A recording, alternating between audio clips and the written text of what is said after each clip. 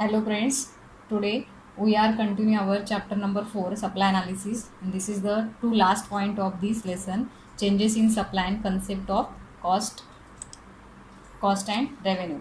We will learn first point is changes in supply. When the factor changes and price remain constant, it is known as the changes in supply. There are two types of changes in supply. Changes in supply means what, changes means जो price है वो price में कुछ changes नहीं आ रहा है, price जैसे थे मतलब प्राइस में चेंजेस नहीं हो रहा है, only changes in another factor, जो अदर फैक्टर्स है उस फैक्टर में चेंजेस होने की वजह से जो सप्लाई में चेंजेस आता है that is called changes in supply. Variation in supply में हमने देखा कि दो टाइप से, एक्सपांशन एंड कॉन्ट्रैक्शन. उसमें क्या हो रहा था कि जो प्राइस है वो प्राइस में क्या हो रहा है, चेंजेस हो रहा था.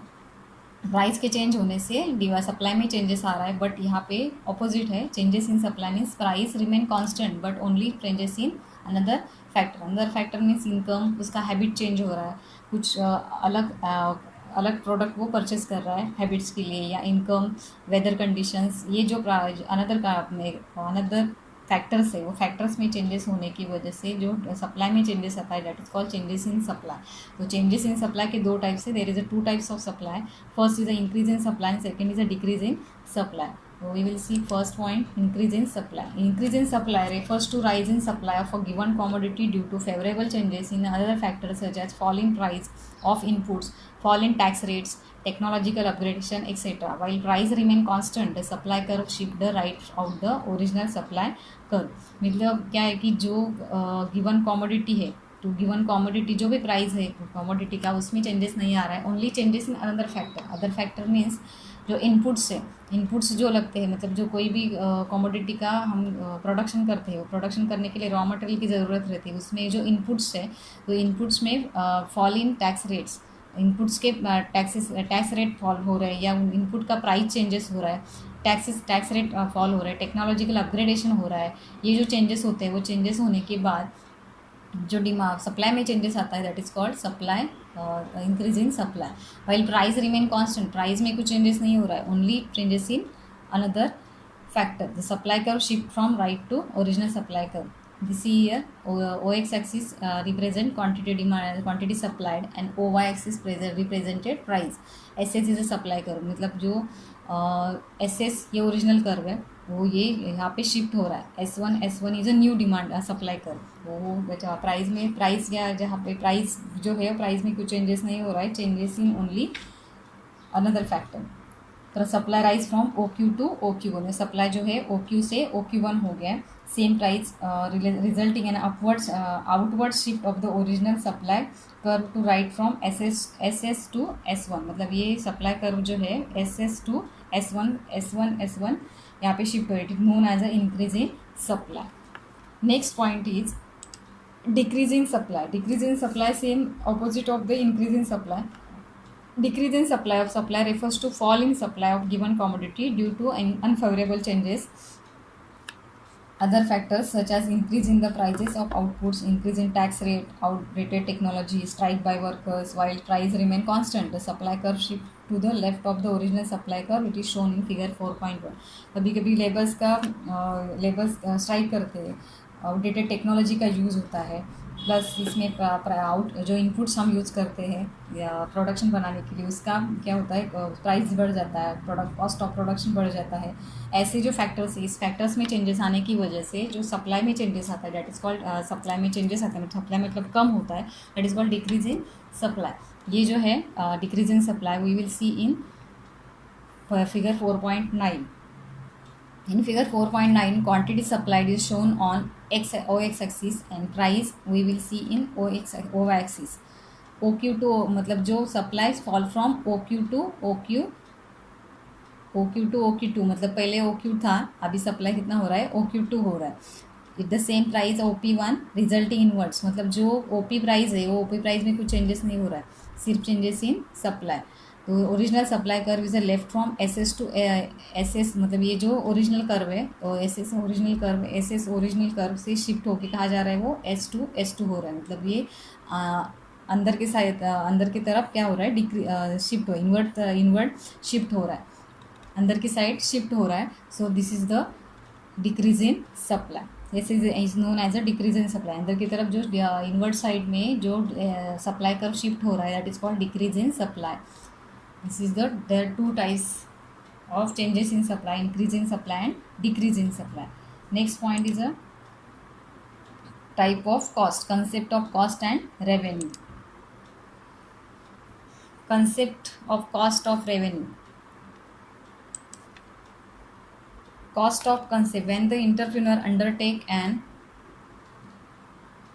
for production he has used various inputs like raw material, labor, capital, etc. He has to make payment for such inputs. The expenditure incurred on these inputs is known as the cost of production. Increase with the increase in needs of output. There are the three types of cost which are the follows. मतलब जो भी कुछ production house है, production house को production करने के लिए कुछ रॉ मटेरियल पावर परचेस करना पड़ता है, लैंड परचेस करना पड़ता है, ये उसका मतलब पूरा एक्सपेंडिचर है, उसका खर्चा है। कॉस्ट मीन्स खर्चा, जो भी खर्चा है वो खर्चा उसको करना पड़ता है। तो ये कौन से कॉस्ट है ऐसे कि जो प्रोडक्शन है वो प्रोडक्शन हाउस को करने पड़ते हैं। तो टोटल कॉस्ट है इसके दो जो कॉस्ट कंसेप्ट है वो cost consist an entrepreneur undertake an act of production he has to use various inputs like raw material, labour, capital etcetera. He has to make payment for such inputs.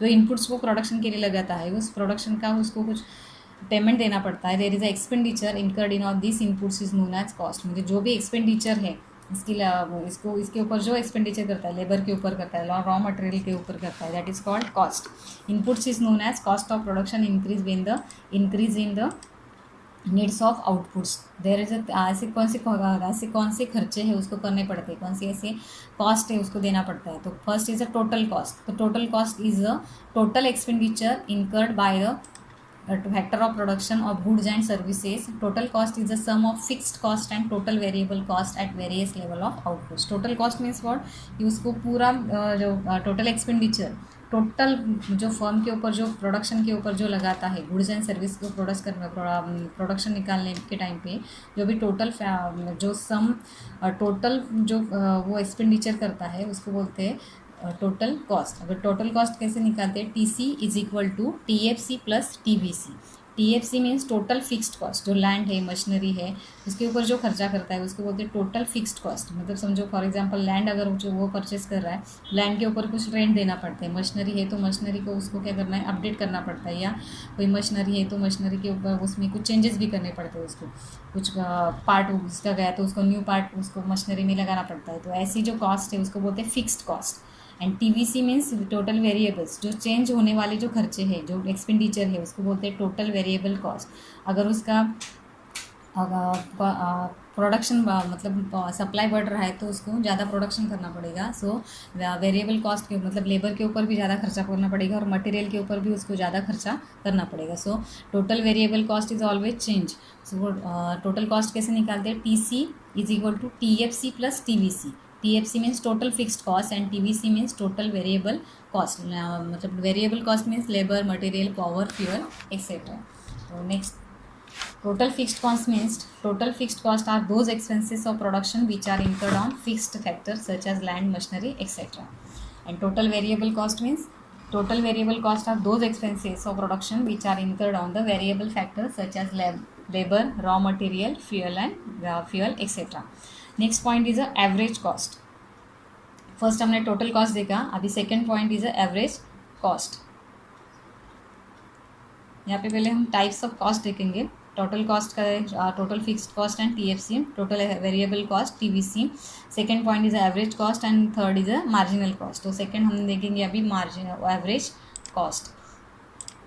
Average cost refers to the cost production per unit. It is calculated by dividing total cost by total quantity of a production. Average cost in the simple form, average cost means जो जितना भी production करता है उस production में से एक unit का कॉस्ट जो निकालते हैं उसको बोलते हैं पर यूनिट का cost, that is called average cost. It is calculated by dividing total cost by total quantity of production. जितना प्रोडक्शन वो निकाल रहा है उस प्रोडक्शन में से एक यूनिट का प्रोडक्शन करने में उसको कितना खर्चा आता है, that is called average cost. तो कैसे निकालते हैं, AC is equal to TC divide by TQ।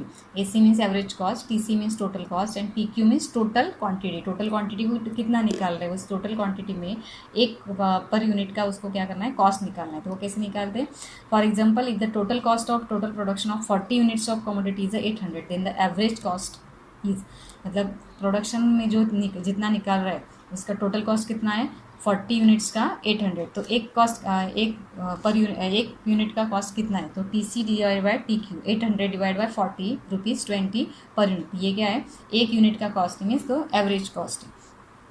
C next point is marginal cost. Marginal cost is a net addition made to total cost by producing or more unit of output. marginal cost हमने देखा था, जो marginal economics में marginal का mean रहता है जितना production आप कर रहे हो उस प्रोडक्शन में से एक एक्स्ट्रा का प्रोडक्शन अगर कर रहे थे, उस एक्स्ट्रा कमोडिटी का प्रोडक्शन करने के बाद आपको कितना कॉस्ट उसका होता है, उसका इसके ऊपर कितना खर्चा आप करते हो, कितना उसका प्रोडक्शन के लिए कितना खर्चा आपका होता है, that is called marginal cost. Marginal cost कैसे निकालते हैं, तो यहाँ पे एक एग्जांपल दिया है, previous total cost of producing is a 4 unit is rupees 200 and total cost of producing 5 units is 250।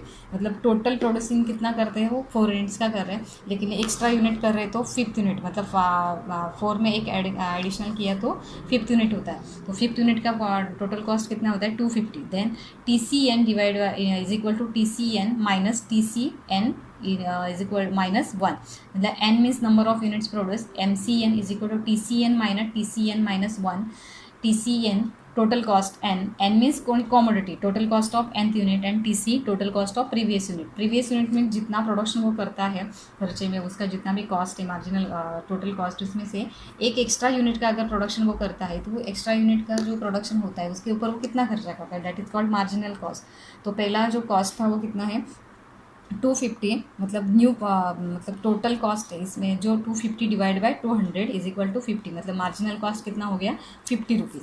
It's very easy marginal cost. So we are see cost concept, first one was total cost,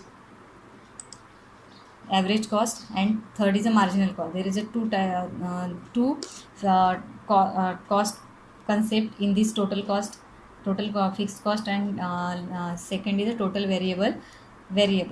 next point is revenue concept. अभी revenue में जो cost means क्या है expenditure है उसका खर्चा है production करने में। अभी रेवेन्यू मीन्स इनकम, जो कोई इंटरप्रेन्योर है वो इंटरप्रेन्योर क्या करता है, कुछ इंटरप्रेन्योर को कुछ रेवेन्यू मिलता है, कुछ इनकम मिलता है, दैट इज कॉल्ड, उसको इकोनॉमिक्स में इनकम बोलते हैं। The term revenue refers to the receipt obtain by a firm from the sale of certain quantities of commodity at a given price in the market. The concept of revenue relate to total revenue and marginal revenue.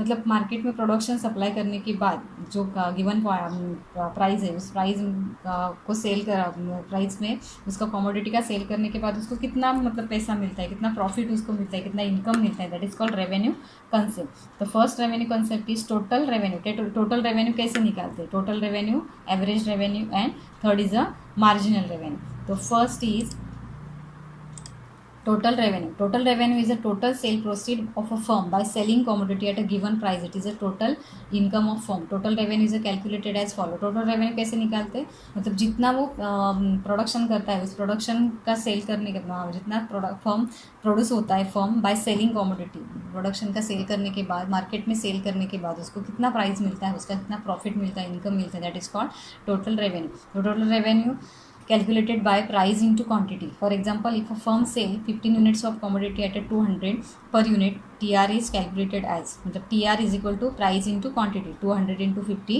Rupees 300, मतलब 3000 ये क्या है उसका total revenue. इस type से total revenue निकाला जाता है। Second point is average revenue. Average revenue is a revenue per unit of total sold. जैसे हमने पर यूनिट का क्या देखा था, टोटल कॉस्ट, एवरेज कॉस्ट देखा था, सेम यहाँ पे average revenue is a revenue per unit of total sold. It is obtain by dividing the total revenue by the number of units sold. मतलब एक यूनिट का सोल्ड करने के बाद उसको कितना इनकम मिलता है, it's called average revenue. Average revenue कैसे निकालते हैं, A R is equal to T R divide by T Q. ये जो एवरेज कॉस्ट कैसे निकालते हैं, टी आर डिवाइड बाय मतलब total revenue divide by total quantity. Average revenue, total revenue and T Q is equal to total quantity. मतलब average आपका किसी एक पर्टिकुलर कमोडिटी को बेचने के बाद उसको आपको कितना मतलब वो इंटरप्रेन्योर को कितना इनकम मिलता है, that is called average revenue. For example if the total revenue of 15 units is ₹300 then average revenue is calculated, मतलब 15 यूनिट्स को सोल्व करने के बाद 300 उसको मिलता है, तो एवरेज रेवेन्यू कैसे निकालेंगे? TR divide by TQ, 3000 divide by 15 कितना आता है? 200, तो 200 is a average revenue. It is very simple. And last one is a marginal revenue. Marginal revenue is a net addition made by the total revenue by the selling an extra unit of the commodity. एक extra unit sold करने के बाद उसको कितना revenue मिलता है? That is called marginal revenue. MR is equal to TRN minus TRN minus 1. MRN means क्या? Marginal cost of nth unit, and TRN is equal to total revenue of nth unit. TRN minus 1 total revenue of previous units n number of units sold. यहाँ पे easy example दिया है. If the previous total revenue from the sale of 20 tables is a 4000 rupees, from the sale of 21 tables ₹4200. Marginal revenue is calculated as, मतलब 20 tables को sold करने के बाद कितना मिलता है? 4000. एंड 21 इसमें अगर 1 टेबल ऐड करते हैं हम, तो कितना होता है? 4200. तो मार्जिनल रेवेन्यू कैसे निकलते हैं? MR is equal to TRN minus TRN minus 1.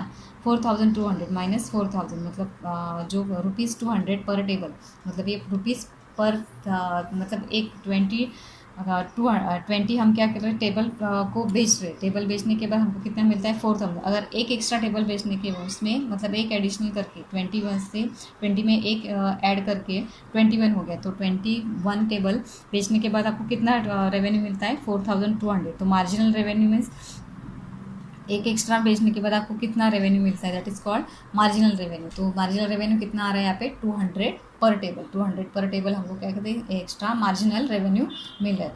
So these are the revenue concept.